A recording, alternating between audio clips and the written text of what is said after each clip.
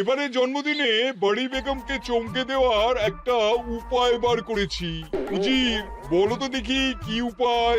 নবাবের সাজিশের হদিশ পাওয়া আমার বুদ্ধিতে না বহুত বড়িয়া কোনো মতলব আছে। এবারে বেগমের জন্মদিনে বিরাট একটা উৎসব করব। সারা দেশ থেকে মহান মহান অতিথিদের নিয়ে আসা হবে। দুনিয়ার সেরা সেরা খাবার, সেরা সেরা গাইয়ে, সেরা সেরা বাজিয়ে, সেরা সেরা নাচিয়ে রাতকে দিন করে দেবে এমন রোশনাই। রেস্ট নাই। কি বললে? বহুত বড়িয়া আপনার সোচ, লেকিন মাফ করবেন হুজুর, রাজকোষের অবস্থা খুবই খারাপ। উৎসব করার মতো তো রেস্ট নাই জাহাপানা। কোনো কথা শুনতে চাই না। আমি হলাম গিয়ে বাংলার নবাব। আমি আনন্দ হই হুল্লোড় করবো না তো কে আর করবে? একদম ঠিক জাহাপানা, কিন্তু কর বসিয়ে টাকা তোলো। সব কিছুতেই কর বসানো আছে জাহাপানা। হাসি কান্না ছাড়া আর কোনো কিছুতেই কর বসানো যে বাকি নেই। তার ওপরেই কর বসাও। হাসি কান্নার ওপর কর? না, শীতকাল আসছে, বসাও বসাও কর হাঁচির ওপর। হ্যাঁ, হাতির ওপর কর? বসাও। ওরকম মুখ করে আছো কেন? যদি না পারো তো বলে দাও, আমি অন্য উজির নিয়োগ করব। আমি আজই ঘোষণা করে দিচ্ছি, এবার থেকে হাতির ওপর কর দিতে হবে। হ্যাঁ, তো জানাব, এতে প্রজারা যদি ক্ষুব্ধ হয়? আরে বাবা, প্রজাদের কাজই তো মাঝে মাঝে ক্ষুব্ধ হওয়া। তা ঠিক হুজুর। আমাকে কদর করে এমন কিছু সন্ডা আছে, তাদেরকে কাজে লাগাতে হবে। বহুত খুব জাহাপানা। তাহলে হাঁচি গোনার লোকের ব্যবস্থা করে নি। ওই সন্ডারাই হাঁচি গুনবে। ওদের স্বেচ্ছাসেবক হিসেবে নিয়োগ করো। বহুত খুব জাহাপানা। সব জায়গায় লোক পাঠাতে শুরু করো। তবে কৃষ্ণনগরে বেছে বেছে লোক পাঠাবে। আর মনে রেখো, ওখানে গোপাল আছে।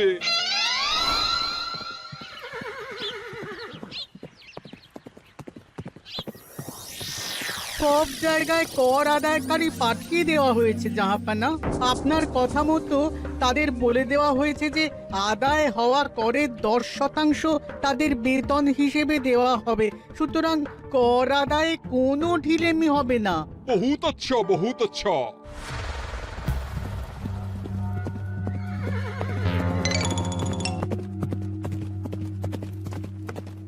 হ্যাঁ, তুমি ঠিক পড়েছো তো মন্ত্রী?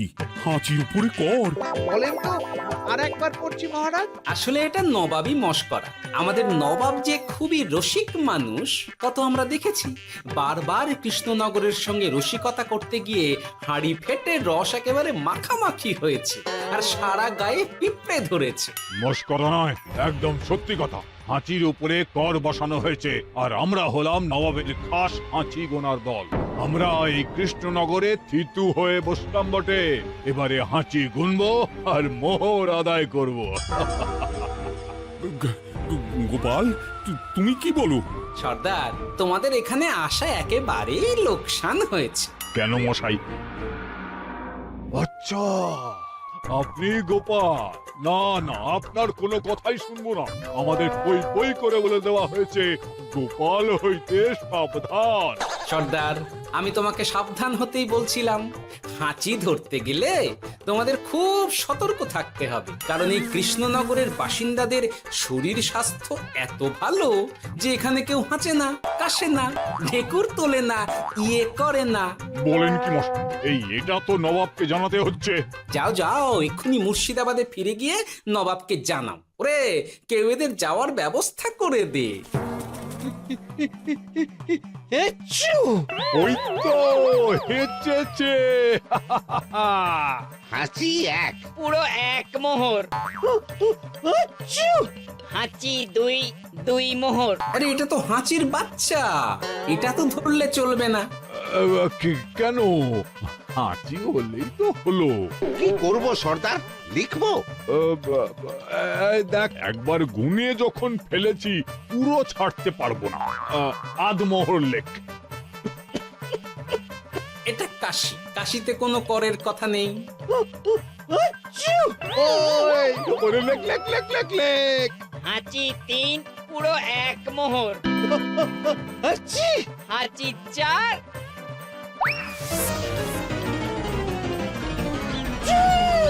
হাঁচি 5, লেখো। হাঁচি 6,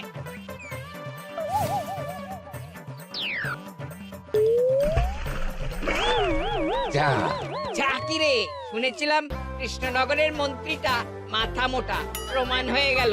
জল থেকে উঠবে যখন ঠান্ডা লেগে হাঁচি তো আরো বাড়বে। জলে বুড়বুড়ি উঠছে, বেটা জলের তলায় তলায় হাঁটছে। হাঁচি 7। এখনো তো ফিরলো না, বেলা গড়িয়ে দুপুর হয়ে গেল। ভাববেন না রাজামশাই, আমরা যারা যারা এখানে এসেছি সবাই ধড়িবাজ লোক। মন্ত্রীর হাঁচি নিংড়ে নিয়ে ফিরবে। ছি ছি ছি ছি ছি ছি ছি ছি ছি। কি হলো গোপাল? আমরা কৃষ্ণনগরের প্রবাদ প্রতিম আতিথেয়তার অসম্মান করেছি মহারাজ। কেন, কিভাবে, কখন? এখন মহারাজ, এখন এনারা সেই সুদূর মুর্শিদাবাদ থেকে এসেছেন, আর আমরা এতক্ষণ শুধু অন্য কথাই বলে চলেছি, এনাদের আপ্যায়নের ব্যবস্থা করিনি। তাই তো। মহারাজ, আপনি ব্যস্ত হবেন না। এই কে আছো? শোনো, এদের রাজ অতিথিশালাতে থাকার বিশেষ ব্যবস্থা করো। এদের খাবার যাবে মহারাজের পাকশাল থেকে। এদের সব সুবিধে অসুবিধে দেখার জন্য দাস দাসী নিযুক্ত থাকবে। এই চলো, হে চলো। আরে দাঁড়াও সর্দার, হ্যাঁ বলুন। তোমাদের তো আবার গোপালের কথা শোনা বারণ। আমার ব্যবস্থায় বোধহয় তোমরা থাকবে না। বাদ দিন তো, আসলে ভয় ছিল আপনার বুদ্ধিকে, আর ভয় নেই। কেমন আগু পিছু বিচার না করেই বলে ফেললেন এখানে কেউ হাঁচে না। বুঝে গেছি, আসলে গোপাল হলো গল্প। চলো, হে চলো, ও বড্ড খিদে পেয়েছে। প্রহরী, এই সর্দারের দলের বাকি লোকগুলো এলে এদেরকেও অতিথিশালায় নিয়ে যেও। হ্যাঁ, আচ্ছা। এ কি গোপাল, এই রক্তচোষাগুলোর জন্য তুমি রাজনিবাস আর রাজভোগের ব্যবস্থা করে দিলে? গোপাল কার পক্ষে মহারাজ? এতক্ষণ গোপালের সব কাজ তো কৃষ্ণনগরের বিপক্ষে গেল। বটেই তো, আমি মনে মনে গণনা করে দেখলাম গোপালের শুল যোগ শুরু হয়েছে। আগামী 1 যুগ ধরে গোপাল যেখানে থাকবে সেখানে রাহুর প্রকোপে দুঃখ দারিদ্র মহামারী একসঙ্গে এসে ধরা পড়বে। মহারাজ, গোপাল কখনো কৃষ্ণনগরের খারাপ ভাবেনি। সে যখন ওই রক্তচোষাদের রাজভোগে রাখার ব্যবস্থা করেছে, তখন বুঝতে হবে এর মধ্যে একটা ঘোরতর পেঁচ আছে। গোপালই তাহলে বলুক, কি পেঁচ? মহারাজ, মানুষ বিলাসের সুযোগ পেলে কাজ ভুলে বিলাসেই ডুবে থাকে। কত সম্রাট মহাসম্রাট বিলাসিতায় ডুবে কত সাম্রাজ্য মহাসাম্রাজ্য ভেঙে টুকরো করেছে। এরা তো নবাবের পাঠানো কিছু মূর্খ বালক মাত্র মহারাজ। এদের রাজভোগে ডুবিয়ে দিলে হাঁচির কথা কি এদের মনে থাকবে?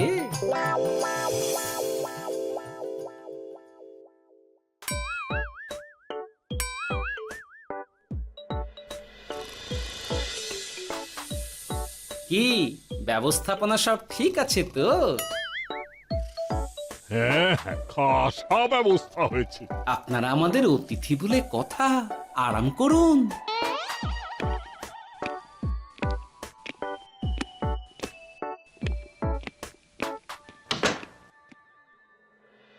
বিজ্ঞানী, তোমার এই দুমুখ আয়না আবিষ্কার তোমার জীবনের সেরা কাজ। একদিক দিয়ে আয়না, অন্য দিক দিয়ে কাঁচ। কেউ জানতেই পারবে না যে তার উপর নজর রাখা হচ্ছে। অনবদ্য অনবদ্য। মহারাজের জয় হোক। কিন্তু মহারাজ, এই কৃতিত্বের মূল ভাগীদার আমাদের মন্ত্রী। তাই নাকি? হ্যাঁ মহারাজ, মন্ত্রীর দুমুখ কাজকর্ম দেখেই দুমুখ আয়নার কথা আমার মাথায় আসে। মুখ সামলে কথা বলো বিজ্ঞানী। ওরা শুনতে পাচ্ছে। যা চেঁচালেন 20 ইঞ্চির দেওয়াল ভেদ করে ওদিকে চলে যাবে কথা। এই কে যেন কাকে মুখ সামলে কথা বলতে বললো? ওই বাইরে কেউ বলেছে। এই তোমরা সবাই শোনো, অতিথিদের যেন আদর যত্নের ত্রুটি না হয়। আমি আর যাই, কাল সকালে আসবো, কেমন? গোপালকে নিয়ে নবাব আর উজির যেমন ভয় দেখিয়ে দিয়েছিল, গোপাল কিন্তু সেরকম নয়। এই তোরা কি বলিস? না না না না না না, গোপাল একটু ওই হাবা গোবা আছে দাদা। দেখো দেখি কেমন বুক পেতে দিয়েছে, এবার ওদেরই বুকে বসে ওদেরই দাড়ি ওপরাবো। গোপালের জবাব নেই, ঠিক সামলে দিল। মহারাজ, এই প্যাঁচটা আমার মাথাতেই এসেছিল, কিন্তু ওই যে নাকে মাছি ঢুকে গিয়েই সব বরবাদ হয়ে গেল। মহারাজ, এই পরিকল্পনা যদি মন্ত্রীর মাথাতে আগে এসে থাকে, তাহলে এদের মন্ত্রী আমার চেয়ে ভালো করে সামলাতে পারবেন মহারাজ। বটেই তো, এই দায়িত্ব আমি নিলাম মহারাজ।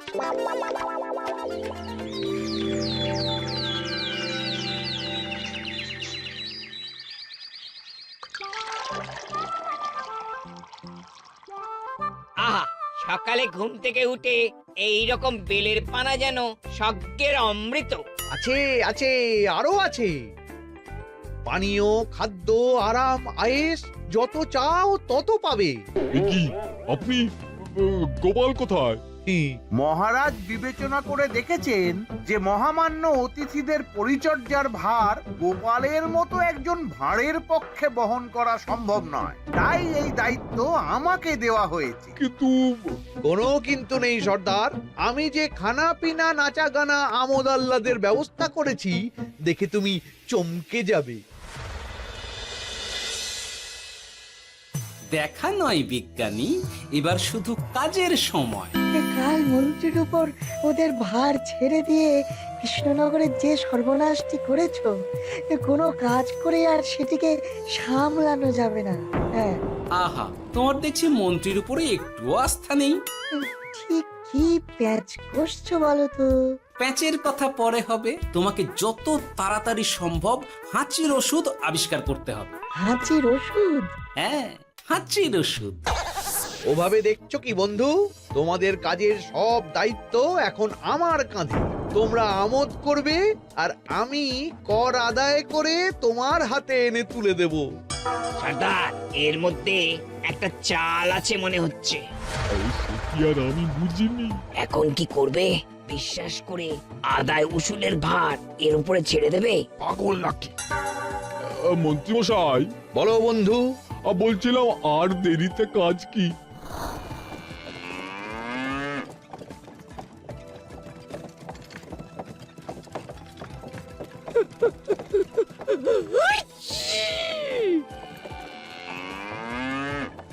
মন্ত্রী, লেখো হাঁচি এক।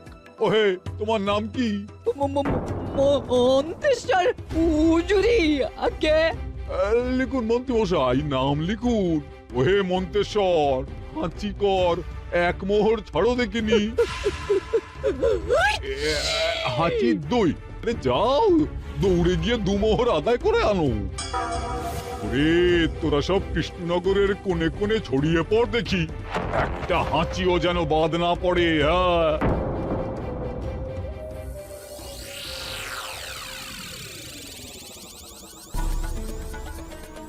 এটা হুজুরে আলা বর্ধমান, খাম্বাস এবং কৃষ্ণনগর থেকে। চমৎকার চমৎকার। তাহলে গোপাল কিছু করতে পারেনি, আমাদের যুব শক্তি কৃষ্ণনগরকে পুরো নিংড়ে নিয়ে আসছে।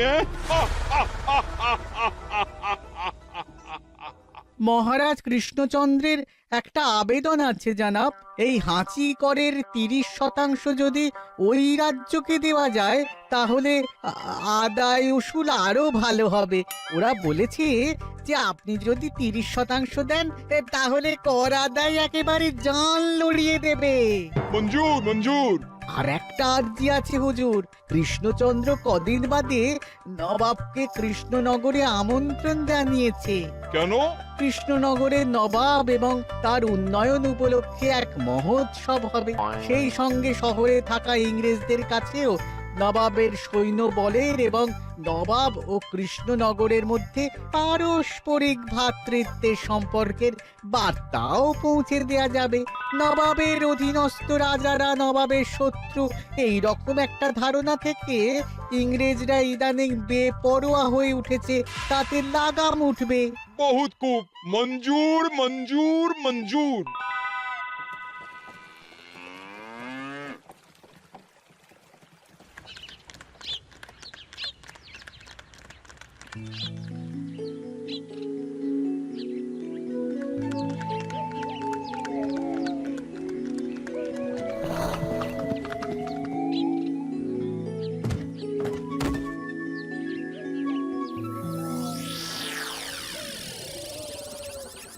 কি ব্যাপার গোপাল? জাহাপনা বলুন, কি খিদমত করব? আমি যা বলবো তাই করবে। অবশ্যই জাহাপনা। क्या बात উজির, তুমি সাক্ষী, মহারাজ কৃষ্ণচন্দ্র আপনিও সাক্ষী। গোপাল আমাকে কথা দিয়েছে আমি যা চাইবো তাই করবে। গোপাল, তুমি আমার সঙ্গে মুর্শিদাবাদ যাবে। এখন থেকে আমার দরবারের বিদূষক হিসেবে থাকবে, কেমন? ওরে ওরে ওরে ওরে ওরে তোরা বাজনা বাজা। এখন থেকে গোপাল আর কৃষ্ণনগরের নয়, গোপাল মুর্শিদাবাদের। চলছে বাজা।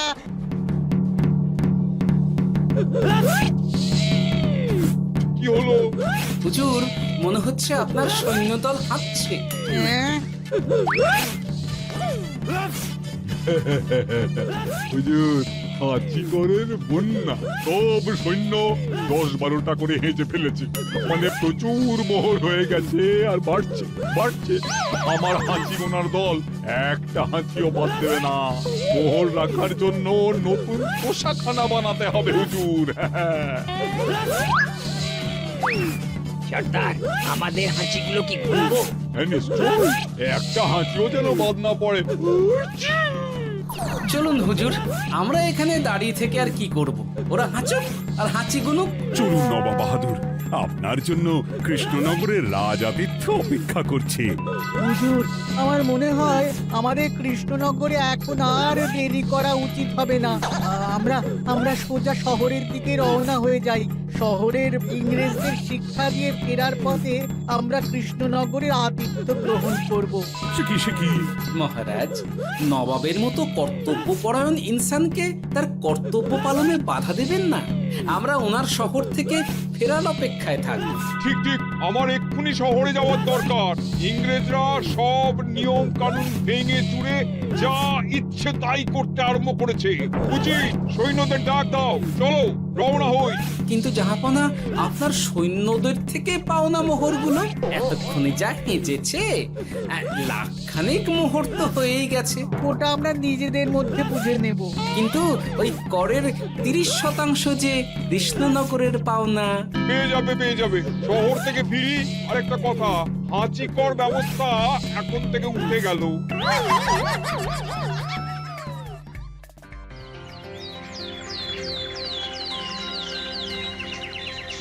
মহারাজ, কিভাবে গোপাল ভাঁড় মহাশয় নবাবের উন্মাদের মতো জারি করা ওই হাঁচিকর থেকে আমাদের সকলকে রক্ষা করেছেন তা আমরা সকলেই জানি।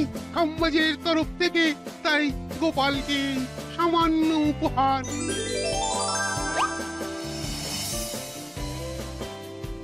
ওহ গোপাল, সত্যি তোমার জবাব নেই।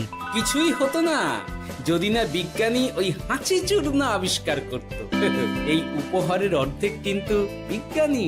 সবই তো বুঝলাম, নবাবকে সৈন্য সহ নিমন্ত্রণ থেকে সৈন্যদলকে হাঁচি চূর্ণ মাখানো, চাঁদোয়ার তলায় ঢোকানো পর্যন্ত। কিন্তু চাঁদোয়া থেকে হাঁচি চূর্ণ ঝরে পড়লো কি করে, সেটাই তো বুঝলাম না। এটা তুমি বলো বিজ্ঞানী। শব্দে বাতাসে কম্পন তৈরি হয়। গোপালের হাততালিতে আমার ঘরের শাড়ি থেকে হাঁচির জন্য ঝরে পড়েছিল। এখানে চাঁদোয়া থেকে ঝরে পড়েছিল বাজনার শব্দে। কি ব্যাপার বিজ্ঞানী, তুমি এখন ছেলে খেলা করছো? হাঁচির ওষুধ হয়ে গেছে। হয়ে গেছে? মূল উপাদান তামাক, গোলমরিচ আর আলকুশির গুঁড়ো। কাজ হবে? হাততালি দাও। কাজ হলো। ব্যাপারটা কি হলো?